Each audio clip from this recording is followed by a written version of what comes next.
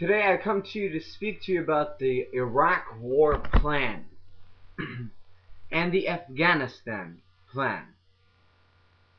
We right now are witnessing the greatest mistake in the history of America.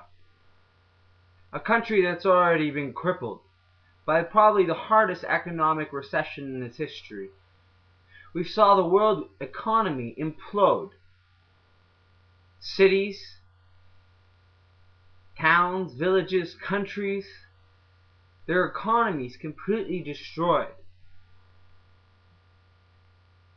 Today, we live in a world that is unlike any other world we have lived in before. We live in a world of horrors. We live in a world where peace is not allowed to reign, where those who wish to create war are allowed to lead. My children, today we live in a world that can be fixed.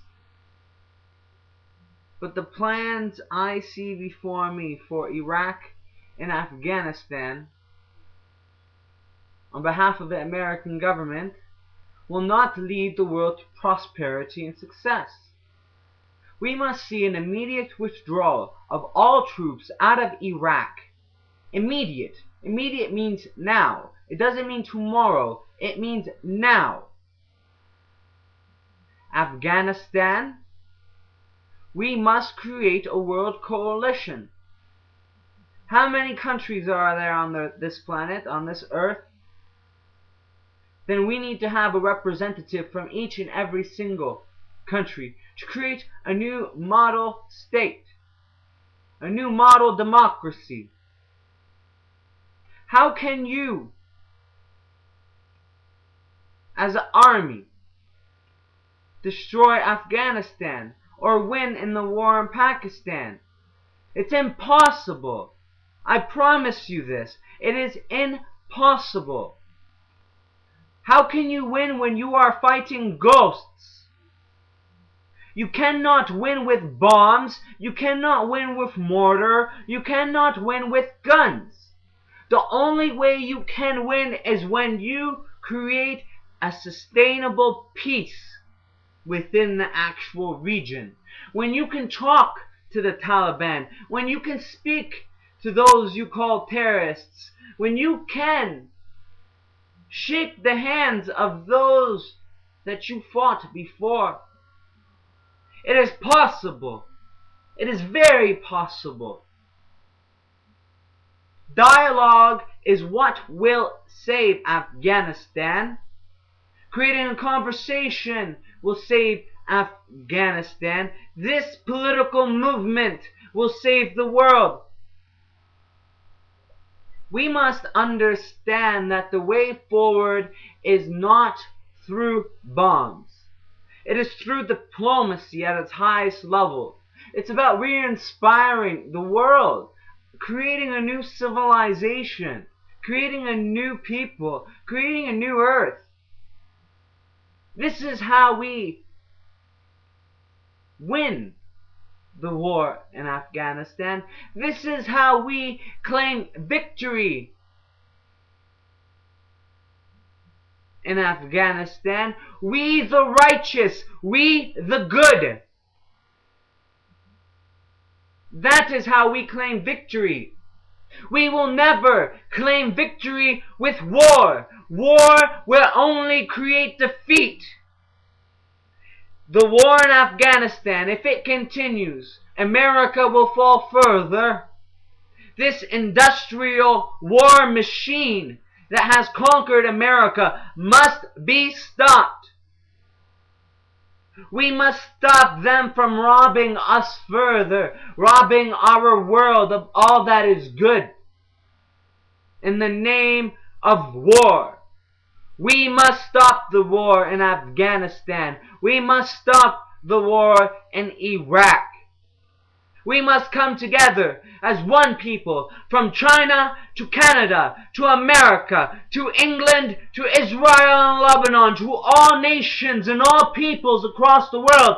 We must unite now. This is our moment of victory as a species, where we as a people finally overcome, where we as a people stand up and choose to say we shall create peace and not war.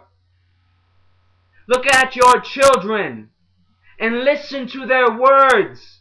For our children are our leaders. For the future is now. The world moans, it cries, it screams. The children in Africa, they hunger, they starve, they die. But no one asks about the children of Africa. No one asks about the children of Asia. No one asks about the children of Europe. No one asks about the children of South America. And no one asks about the children of North America. For these streets are not pleasant streets. These streets are paved in blood. We must rise as a people and say no more to war, no more to this blackout, no more to the media censorship of this campaign. We must free our people. We must, as a species, evolve to become greater and better people. It is possible. It is only possible through education. My plan is simple. Let us create a diplomatic solution to all current wars. And in the process, rebuild our world economy through investing in education. Mostly in post-secondary education.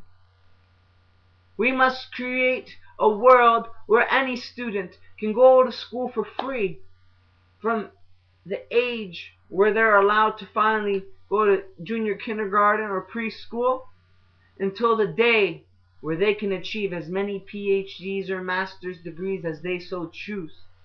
That's how you create a better world.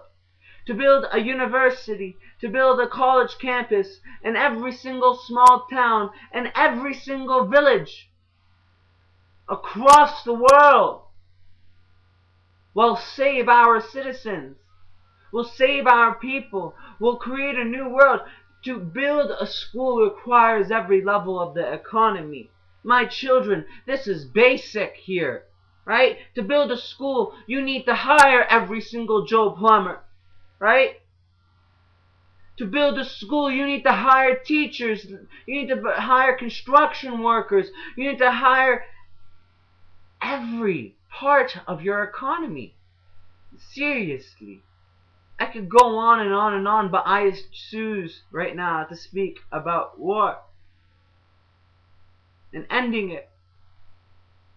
So let us come together, return our children from war, and start building us schools. These are young people fighting. Who's fighting the wars? You forget. You forget. It's us.